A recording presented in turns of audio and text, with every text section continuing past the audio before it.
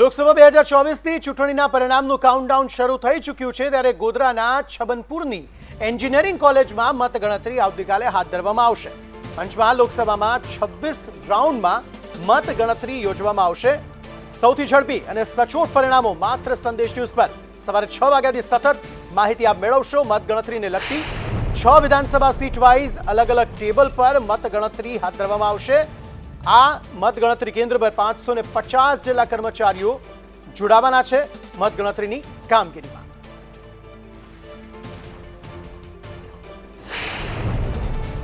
લોકસભાની ચૂંટણીની 7મી મે યોજાયેલી ચૂંટણીનું મતગણતરી આવતીકાલે એટલે કે 4 જૂનના રોજ યોજાનાર છે। ત્યારે સંપૂર્ણ તૈયારીઓ પંચમહાલ જિલ્લાની વાત કરીએ તો પૂરી કરી દેવામાં આવી છે। પંચમહાલ જિલ્લાની વાત કરીએ તો પંચમહાલ જિલ્લાની મતગણતરી ગોધરાના છબનપુર પાસે આવેલ એન્જિનિયરિંગ કોલેજ ખાતે સવારે 8 વાગ્યાથી મતગણતરી શરૂ થનાર છે।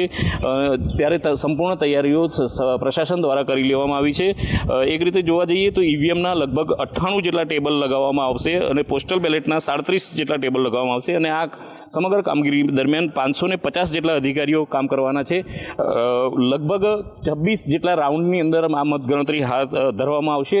લગભગ કહી શકાય કે બપોરે 1 થી 1.5 વાગ્યા સુધીમાં પરિણામ સ્પષ્ટ થઈ શકશે અને આ માટે પ્રશાસન દ્વારા ચુસ્ત પોલીસ બંદોબસ્ત મૂકી દેવામાં આવ્યો છે અને એક રીતે કહી શકાય કે 18 લાખ ઉપરાંતના જે મતદારો ધરાવતી આ લોકસભાની સીટ છે જેની અંદર 6 વિધાનસભા છે અને 6 વિધાનસભાની અંદર 11,30,000 જેટલા મતદારોએ પોતાના મતાધિકારનો ઉપયોગ કર્યો છે। ત્યારે આવતીકાલે બપોર સુધીમાં સ્પષ્ટ થઈ શકે કે આ લોકસભાની સીટ કોના શિરે જાય છે। હર્ષદ મહેરા, સંદેશ ન્યૂઝ, પંચમહાલ।